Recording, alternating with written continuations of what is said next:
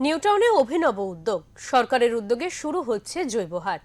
বিষমুক্ত, রাসায়নিক মুক্ত জৈব খাবার সাধারণ মানুষের কাছে পৌঁছে দেওয়া এবং স্বাস্থ্য সচেতনতা বৃদ্ধি ও স্থানীয় কৃষকদের সহায়তা করার জন্য চালু হচ্ছে এই জৈবহাট। বর্তমান সময় ভেজাল ও রাসায়নিক মিশ্রিত খাবারের ভিড়ে সাধারণ মানুষের স্বাস্থ্য যখন হুমকির মুখে, ঠিক তখনই নিউটনবাসীদের পাতে নির্ভেজাল ও বিষমুক্ত খাবার তুলে দেওয়ার লক্ষ্যে শুরু হলো এই বিশেষ জৈব হাট। এই হাটের মূল উদ্দেশ্য শুধু শাকসবজি নয়, দৈনন্দিন জীবনের প্রয়োজনীয় সমস্ত খাদ্য রাসায়নিক মুক্ত করে প্রাকৃতিক উপায়ে মানুষের ঘরে ঘরে পৌঁছে দেওয়া।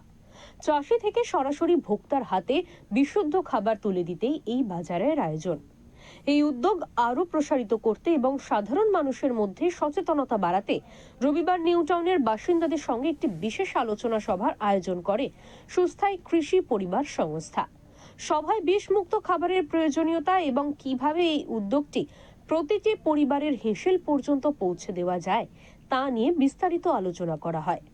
সংস্থার পক্ষ থেকে জানানো হয়েছে, এটি কেবল একটি বাজার নয়, বরং একটি সুস্থ সমাজ করার আন্দোলন। বিষয়টা হচ্ছে, দেখুন, এটা অভ্যাসের ব্যাপার, তার সাথে যুক্ত আছে চেতনার বিষয়।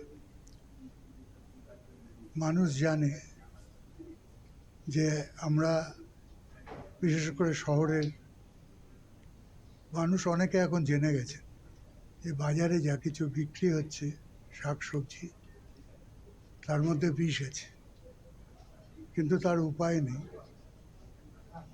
পাল্টা বাজার নেই যে বাজারে বিষমুক্ত খাবার বিক্রি হবে।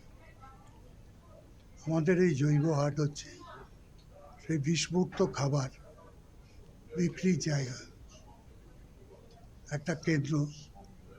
এটা তৈরি হয়েছে বেশ কয়েকদিন হলো, কয়েক মাস।